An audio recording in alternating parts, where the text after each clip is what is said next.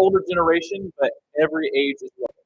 So don't feel discouraged to go there, but this might mean we are doing more things like hymns that night. We'll be sharing stories. Hopefully, we'll be sharing a devotion, things like that. So this will be a little geared towards our older folks. We have a fair few here. We need to give them some space as well. But every age is welcome here. It's just going to be geared a little bit different way. So this would be the one day that we don't pick up kids from the neighborhood. Every other Wednesday we'll be picking up kids. So just know that. Um, and beyond that, I want to give it over to Dwight to pray over our offering and over our.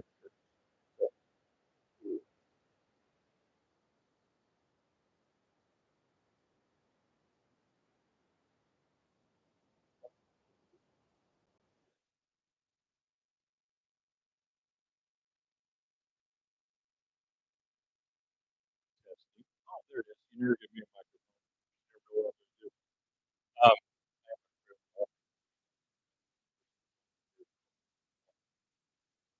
oh yeah, hey, thanks, Dave. I appreciate it. All right.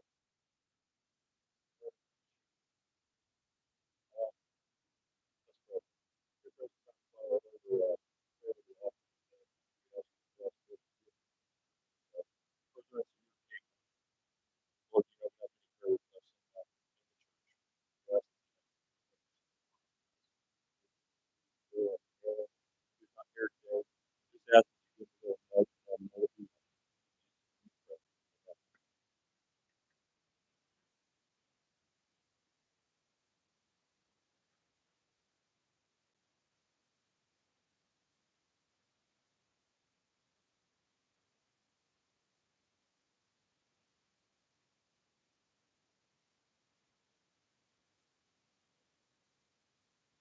I did forget to announce one thing. We have one of our almost charter members of this church, Roger, has stayed for us. I'm still waiting for Sandy to let a little bit more of the information out to you, but it seems like we're moving into a time of hospice care in the near future, and it doesn't, if I remember right, we're not trying. Do you want to say something? He's in hospice care, yeah. So I don't think, yeah, so I don't think they're not gonna do any, um, they're not gonna do any other maneuvers to try to fix the issue. So with that, we would like to do a card shower for their family. They have been a part of this church since its almost conception. Roger has. He's essentially one of the last founding members of this church. We would love to just shower them with encouragement, cards, and things like that. So I think we'll be collecting cards this next week, and then hopefully we would like to deliver those in a week or two to Roger and Sandy. So with that, just be thinking about kind words that you could pass and just how we could love and encourage this family as they go through this very hard time, and just be praying for them regardless, because this is obviously going to be a rough time for just every aspect of it, as well as just praying for peace and those things. So, yeah, with that, sorry about missing that announcement. We're going to talk and move into a series on the life of Joseph.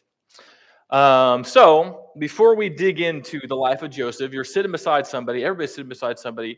I want you to tell the person beside you that you love and care about 5 things that you can remember about the life of Joseph. If you don't sit by somebody, you just talk to yourself. Brenda, you can talk to yourself. I don't know where Larry went, but talk to yourself. That's fine. 5 things about the life of Joseph that you can remember. Most of us have grown up in church. Life of Joseph. Chloe, tell it to Dwight. 5 things about the life of Joseph that you can remember. You got like 20 more seconds. There's a healthy murmur. I love that. That means people are doing it. Healthy murmur. All right, pop quiz for you. This has to do exactly with Joseph, but we're going to do this. I know you didn't come to church for a pop quiz, but we'll bring Aiden out here and ask him the question specifically. Aiden, you ready? You going to answer all these questions? No. Okay. Who was the younger child, Cain or Abel? Abel. That's right. Who was the younger child, Ishmael or Isaac? Isaac. Who was the younger child, Esau or Jacob? Okay. Who's the younger sibling, Brendan Smith or Trevor Smith? Trevor Smith. What does Scripture say about the younger sibling? They are blessed beyond measure. Cain kills Abel, but Abel was blessed by God, so Cain was jealous. Ishmael is the first son of Abraham. Isaac gets the blessing. Esau is favored by his father, but Jacob steals the birthright from Esau. The younger child is often favored in Scripture, especially in Genesis. And we'll be drawing some connecting some dots in in the story of Genesis because it's rich and it's a full tapestry of just ideas that are compounded on top of each other. So one of the things that we will talk about is favoritism. And as we talk about siblings and older and younger siblings, raise your hand if you're oldest. Raise your hand if you're the youngest. Raise your hand if you're somewhere in between. Okay. Now, I think I won't ask you to raise your hand yet on this one because it's going to get a little dicey. Who thinks their parents played favorites? Yeah, some people are willing to say, who thinks their parents played favorites? Now, I think we're smart enough today to come up with some predictive modeling on what might happen if I give you these scenarios. So, this all has to do with how parents play favorites, and this is going to bleed into the story, I promise. So let's just assume that in the scenario of a family that has two children, one just came in, and here's the scenario. So mama's having second baby, and baby and mama come home, and at lunchtime, mama's exhausted, but she's doing her best to be the best mama she can, and she's trying to put lunch on the table for her eldest child, maybe 3, 4, 5, and then the baby starts crying because it was asleep. And so mama runs upstairs to comfort the baby, but it takes longer than she thinks. And she's stuck comforting the baby, and then the oldest child is sitting at the table waiting for their food. How old do you think that child would have to be to not be offended? To not think, man, this really stinks. 50, I was going to say 33 at the least. I know some of us adult men, when our wives give birth to children, get a little jealous of how much care the children get at the time, right? I would say at least 33, okay? Here's another scenario for you. Let's consider the situation of two brothers playing on the same soccer team, probably about 2 years apart. That can happen for about the first 8 years of life, maybe. And one is the striker, the good position, I think, and one was defender like me, who was because I was chubby and slow. So one was the really quick scoring kid, and one was the one blocking all the goals, and helping the team. And the striker kid, the striker brother, makes the game-winning goal. He dribbles it from half field all the way down, jukes some people, breaks some people's ankles when he cuts super hard and shoots the goal and makes it. And the dad's so excited that when he's going home, he calls the grandparents, and starts talking to them about how good the first child did in making the goal. And the car ride's short. It's only 5 minutes to get home, and he doesn't get a chance before he gets off the phone to start talking about the second child and how they blocked some goals and how great that was. What do you think the thoughts would be in the defender's child's minds? What do you think? What would they be thinking in this scenario? They don't love me, right? They care more about my brother. They didn't see me, right? Perfectly natural, okay? Let's take the scenario of one Christmas, and sibling X gets 2 presents, both equating $100. Yet sibling Y gets 1 present equaling $100. What's the outcome? What do they say? Why did he get more presents than me, right? And these are all, I think, naturally things that happen in any marriage at any time. We are prone to think that our parents play favorites. And actually, there's been some studies on the matter. Actually, most parents would say, we don't play favorites. Yes, every parent would confess that. But in a study done on family dynamics, about 75% of mothers would say that they actually have a child that they feel more emotionally attached to. I don't know what a favorite is, but that sounds kind of like a favorite. Some of them more emotionally attached to. And they all confess that there's other people in the relationship they give them more money to, more time to, etc. And also, they found out that actually the guys are typically the ones that get the most disappointment in the family. So regardless of how old you are or how young you are, in studying mothers and their relationships with their families, often it's the guy that they are the most disappointed with regardless. This has to do with their job choices and most particularly their spouses. Why? My pop psychology here is that you're replacing mama. Nobody's happy with the person who replaces mama. So I just don't think that happens, generally speaking.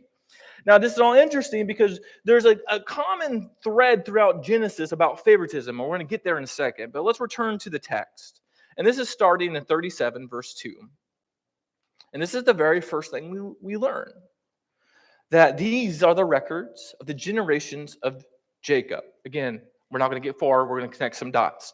So this phrase, the records of generations, is used a multitude in Genesis, starting in Genesis 2:4.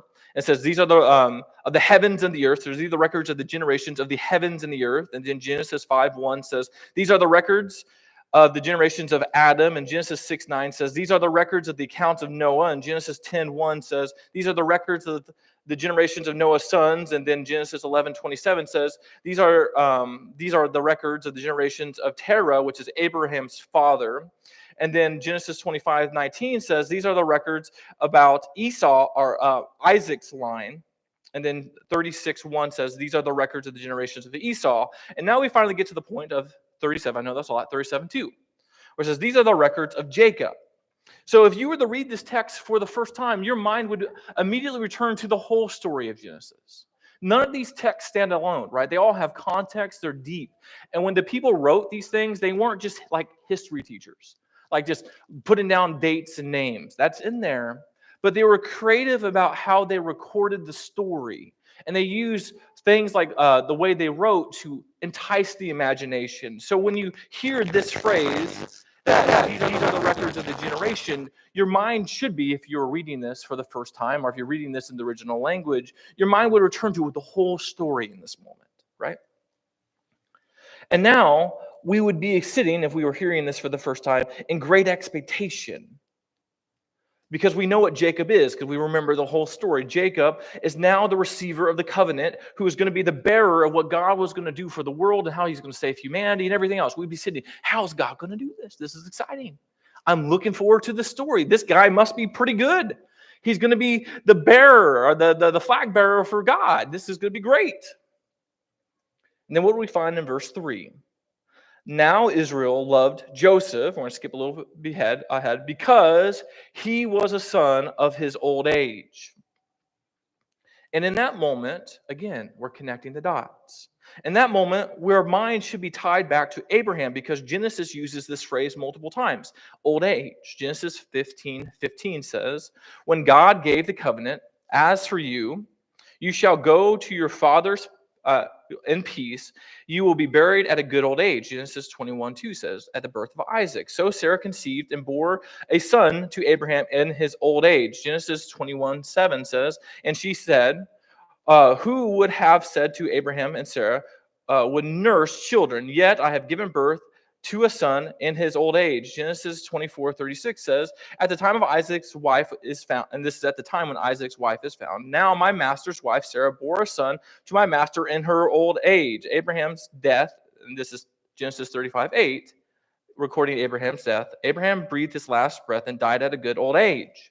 Again, old age, good old age. This is the dot that's being drawn through everything. So when we read the story of Jacob, we think, or when we read the story of Joseph, our mind should go to his father, and his father's being directly related to his great-grandfather, Abraham, because he had a child in his old age. But it goes a step further, because the family of Abraham has a deep-seated issue, and that deep-seated issue is favoritism. They can't help but show favorites. Let me refresh your mind on the story of Abraham's children, Isaac and Ishmael. Which one's the older one? Ishmael. Which one's the younger one? Isaac. Who gets the blessing? The younger child. Who's the younger child? This guy. We get the blessing. That's great. But let me give you a quick reminder of what happens. God promised Abraham that he would have a child and that he'd be a great nation and all the nations would be blessed through him. But Abraham gets impatient, right? So what do? Him and Sarah get this harebrained idea that they're going to take their servant, their slave, Hagar, which they got from Egypt, and say, make her give birth to Abraham. Give birth, not to Abraham, make her have a child with Abraham so that they have a descendant. And what do you know? Because Sarah kind of comes up with this idea. She's thrilled when she gets pregnant, isn't she? She's just doting on Hagar. You're so great. You're so pregnant. I'm so glad that my plan's working. Anything you need to do, I'll help you. That's what Sarah does, right? No. Sarah gets envious.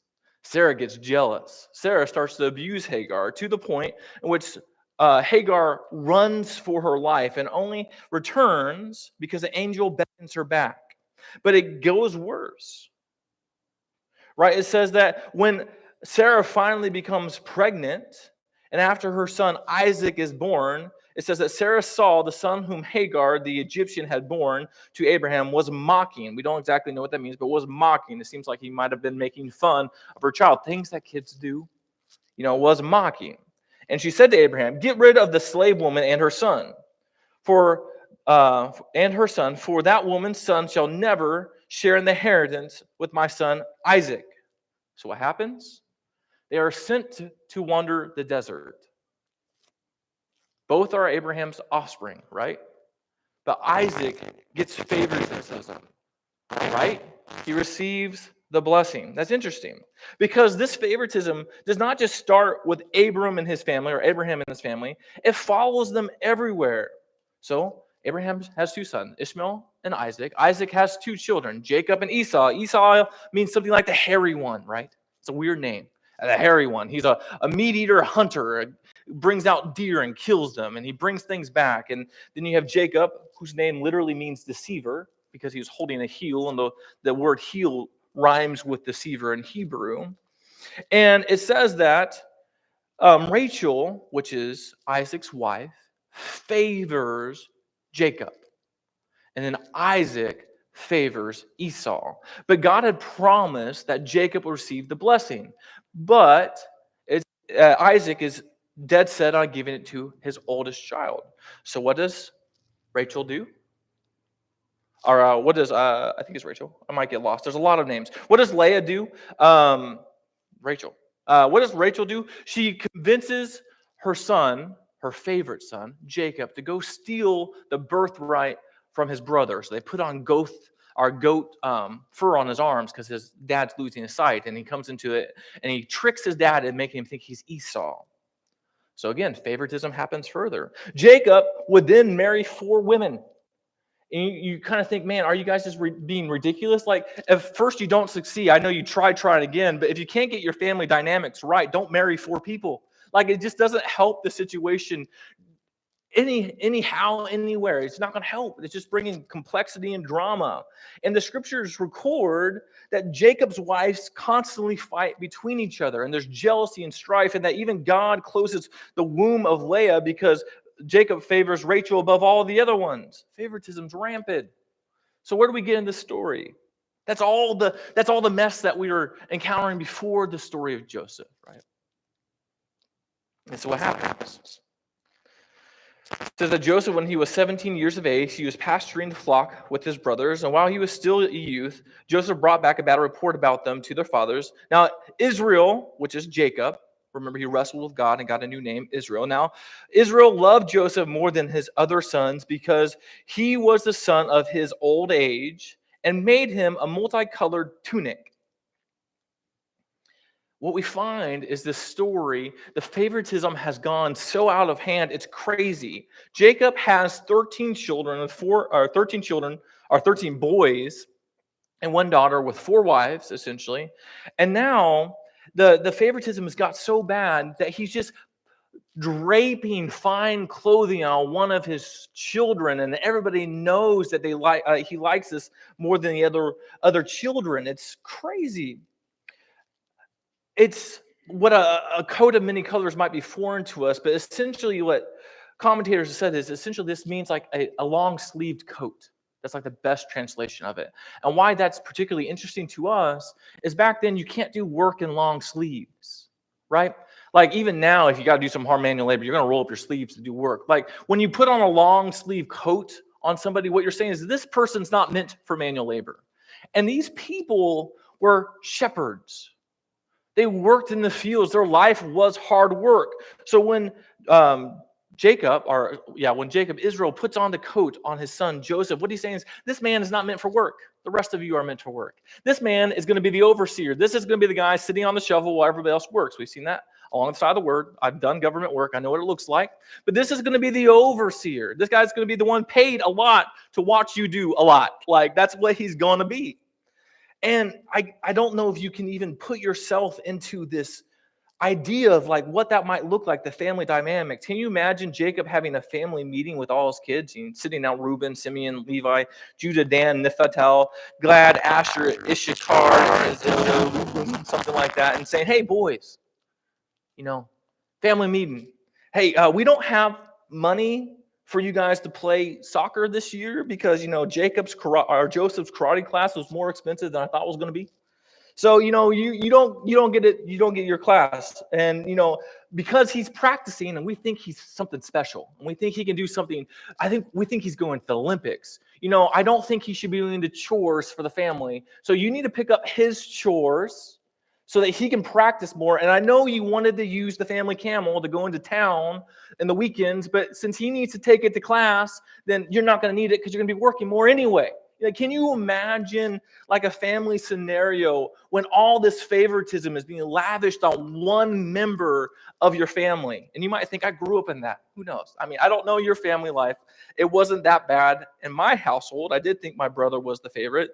He made better grades than me, but it was never that bad. So what we find when we encounter this story is that the favoritism had run rampant. And it produces a predictable outcome, right?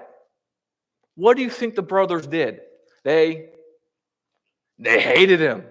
They hated him. It makes perfect sense. The verb here is like a sequential imperative verb. This is going to be the high mumble gumbo, I know. It's a sequilative imperfect verb, functions generally like a verb of a perfect conjunction. I know that's a lot. But it connects an earlier verb to form either a sequence of time or a sequence of thought. So what we get is that this word, the brothers hated him, appears 3 times in the text. It says, first they knew that that his father loved him more, and they hated him.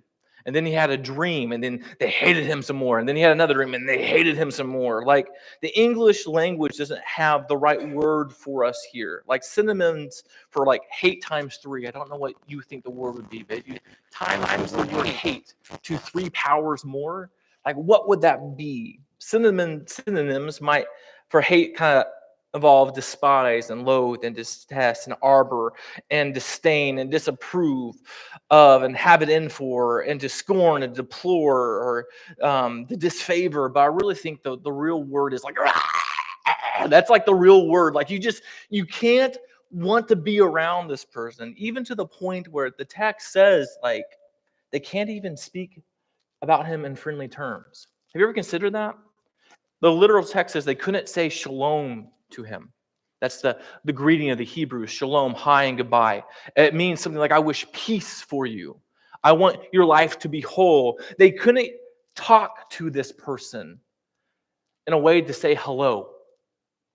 Can you imagine having a hatred for somebody like that? You probably have at some point in time, but it's not good.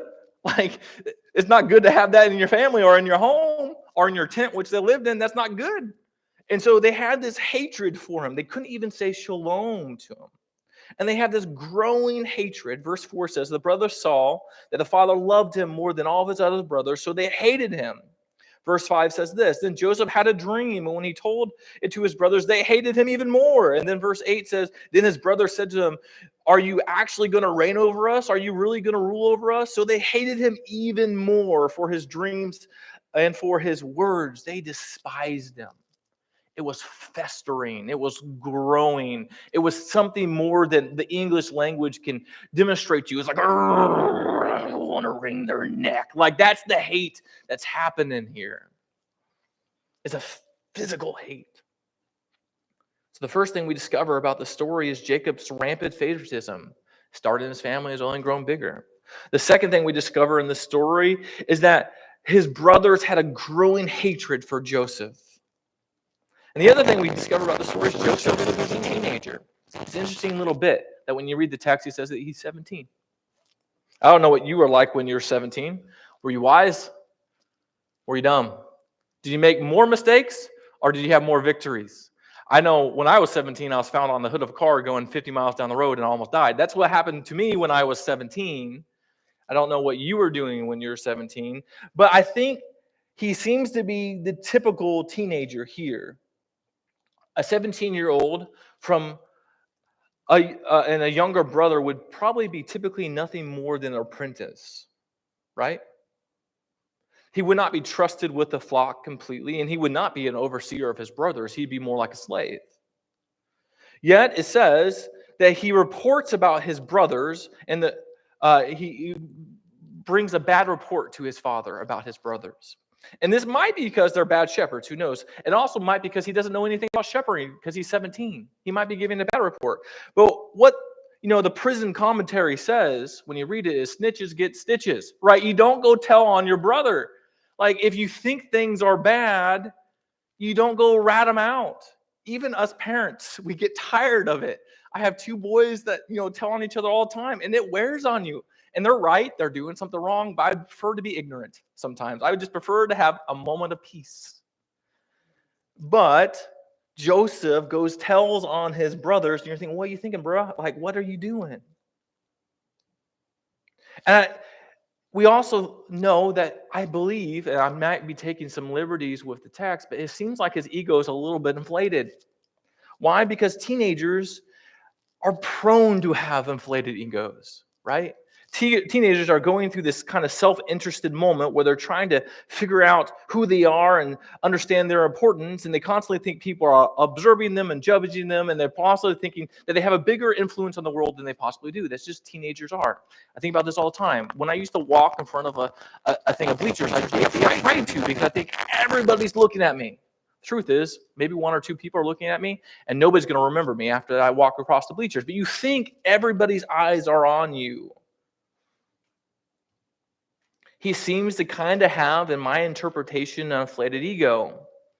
And it doesn't help that he started getting dreams, grandiose dreams, right? He started having these dreams that all his brothers, produce would bow down before him. What if you got a dream like that? Like, what if you were, sitting and you had a family of 13 kids, and then we'll have to be a little bit more specific, but all of your brothers and sisters' RC cars stopped working in your dream. They turn towards your big RC car, and they all start just wailing and bowing before and start revving up and lifting you up. Like, you think this is interesting. You might think, man, I'm something special. You might begin to think something like that. But he begins to have these dreams, and he begins to be hated for it. And the scripture doesn't really tell us much about if he's just pleading ignorance or if he's just being a rotten little brother, right? Because, dreams are related to God speaking in the Old Testament. And there's a lot of people who get dreams, and you might think a wiser person would handle a dream or a vision with a little bit more tact. Like a wiser person, not a teen, would ponder and seek wisdom and treasure. I don't know, maybe built an altar like Joseph did, or like Jacob did. Because when Jacob had a dream, when he was running from the hairy one Esau, because he stole his birthright, what happens? It says while he's sleeping on a hard rock, the heavens open up and a staircase comes down, and he worships there. He makes an altar there. He says, this is a place where God's made the earth. What does he do? What does his son do? He says, hey, bros, I had this dream, and you guys were in the field, and I was in the field, and all your little bundles of things fell down, and I was in the middle, and everybody was looking at me like, oh, you're something great. Like, what brother does that? An annoying little brother does. That's what they do. I was a little brother. I rubbed it in. Every time I got an advantage, I used it. So that's my interpretation of the text. Regardless if you agree with me on the first time, and if he's truly ignorant of what the dream means the first time, the second time when he brings it, we know it's been interpreted by his brothers. So it doesn't seem like he can plead ignorance on the second dream. But this dream's even more grandiose because it goes into the stars and the heavens. It says the celestial beings now bow down to him. And finally, his father, Jacob's like, you're out of line, boy. Like, you really saying me and your mama are going to bow down to you someday? Finally, somebody kind of calls him out. So whether he plays stupid or not, eventually People start interpreting it, and people keep getting angry, and you think a wiser person might just cherish the fact that God is doing something in their life. But he brings it before everybody. So what do you think happens next? Try to clear your mind of what you know and step yourself into their shoes. What would you have done to Joseph? Some matter of hazing, you know? You'd probably stole one of his stuffed animals, you know? You might have, cut some holes in his trousers when he went to school and didn't know it. You might actively try to supplant him before mom and dad. There's all kinds of things that you might begin to do. But since we know the text, we know what happens. And when favoritism ran unchecked, it says that Joseph was sent to his brothers to check them, see how they're doing in the fields, and they had moved. And so he's coming over the horizons, and what do the brothers say? They say, "Here comes the dreamer boy." Right? You can hear it to this day. Here comes the boy of dreams. And they say the thing that I think is very understandable, not right, but they say, "Let's kill him," and they mean it. It's not like when a parent says, "I'm going to take you out of the world." No, it's like it's a real, like, I have venom in my teeth. Let's kill this kid. We're really contemplating it. But Reuben, and everybody's like, let's do it, let's do it. And Reuben said, no, don't put the blood on your hands. Let's put him into a cistern, which is like a well, and let him die on his own accord. So you don't have to have blood on your hands. He'll just starve to death and dehydrate in the hot desert in the cistern. That'd be better than you killing him, which you could argue the merits of that or not. A quick death would probably be better than a dehydrated, starving death, personally speaking. But who knows? The blood wouldn't be on their hands. So they're like, yeah, that's a better idea. So they take him and they rip his clothes and they throw him into a cistern, right? Reuben has a plan. He is the oldest, I believe, to rescue him later and bring him back to his son, probably jockeying for position. Probably going to eventually rat them out. Who knows? But as Reuben is away, they think, finally, a little more soberly, well, he's our brother. Can't kill him. So they step down off the cliff, right? We can't kill him. He's our blood. Let's just sell him into slavery. Let's just send him to Egypt. All our problems will be gone if we send him to Egypt. So they do. Then Reuben returns and is upset, and then they take the coat and tear it to pieces, and they, interestingly enough, use a goat, which was originally used to deceive Jacob, right? Because he put the goat's skin on his arms to deceive his father. Now a goat's being taken here, but it's his blood is put on the coat, and now deceiving the first deceiver. So they bring the coat dipped in goat's blood to Jacob and say, some wild animal has killed your son. And Jacob weeps and he wails. And he says, I will descend into the depths with him. He's emotionally distraught. This is the story we get. This is the beginning of the story of how God redeems the world. This is the end of Genesis for the most part. It's interesting. If you had heard this story for the first time, you'd probably think, why do people name their children Jacob and Rachel and Leah and Abraham and Esau? Nobody names their kid Esau. But, you get what I mean. Like, why do people name their kids after these people? These patriarchs are full of all kinds of dysfunction. Man, they are the furthest thing from perfect. They wouldn't, if this stuff came out about me in the board meeting, I promise I have nothing like this in my past, you would not elect to have me here, as your pastor. Yet these are the forefathers of our faith. It's interesting. Here at the end of this little passage, Jacob's life has gone full circle. He went from being the favorite of his father to being victimized by his brothers. He came from being in the heavens, the celestial beings, and people bowing down to him, to the pit of a cistern. That's what Joseph's life had become. For the 12 sons, and potentially one daughter, the story started with hatred and has grown into murder. They have abused their brother and sold him into slavery, and now they are the reason for their father's despair. And for Jacob,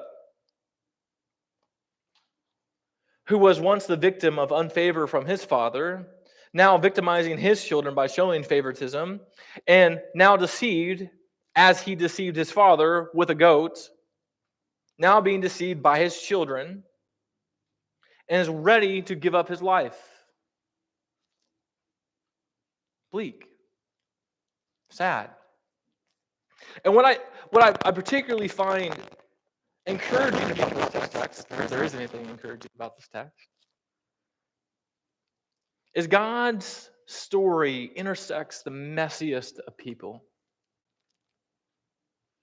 And I find that humbling.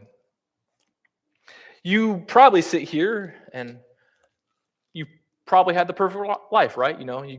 You had both parents in your life, and your siblings were always kind to you and never pulled your pigtails, never kicked you. And your dogs always lived longer than they should have. And then you probably went to college and got your 4-year degree. And then you got married right in the middle of college to the sweetheart. And then you had 5 beautiful children, all successful. And then they eventually went to college themselves, got good high-paying jobs, easily $250,000. And now you have a retirement plan of your grandchildren who are always going to take care of you and love you, right? That's probably where you're at today, right? No. I took that from a different preacher, but I think it's a good point. Nobody has the perfect story. We all have things that we wish were different, probably particularly in your families. And I think it's very tempting to believe that God's story can't fix this. How could God include this into his story? How could God redeem this? I am humbled by the fact that God's redemption of the world also includes the redemption of a family. At the end of this, we'll see that Joseph is reunited with his brothers and that he can forgive, and that his father, Jacob, catches wind of him being alive. God's redemption of the world includes the redemption of a family. See, God's story is much bigger than ours, but man, it includes us. God takes broken people and broken families, and his goal is to restore. There's nothing outside the purview of God's redemption and God's power. And I find that humbling. I just keep saying that because I don't got all my stuff together yet. And God can still use me. So I don't know where you sit today. I know it's not in perfection. I know your story's messy. Mine is too. But God is a God who has a bigger plan for this world.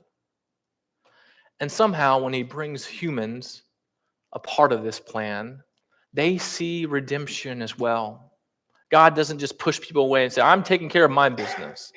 No, your problems, your issues, your shortcomings, the discrepancies and your faultiness and the sin that's in your life and the things that are falling apart and all these things are still within the purview of what God's doing. And that's great because we could have a God who only concerns himself with the big picture. But somehow God perfectly gets the small picture and the big picture.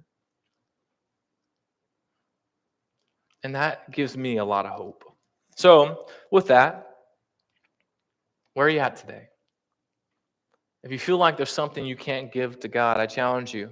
God can handle it all. And we don't have a prosperity gospel. Man, we're going to learn in Joseph's life, man, he goes to prison. He's falsely accused. The life God promises is not one of prosperity, not one of easiness that we'd want it. But what God does promise us is that if we turn to him, he will be working in our life. I think if you give God enough time, we will see redemption. Because that is his bigger plan for the world. But I think that's also his smaller plan for your life. So with that, I invite you guys to take a posture of worship as we go through this song, whether that be standing or sitting, and then after that, we'll close in prayer.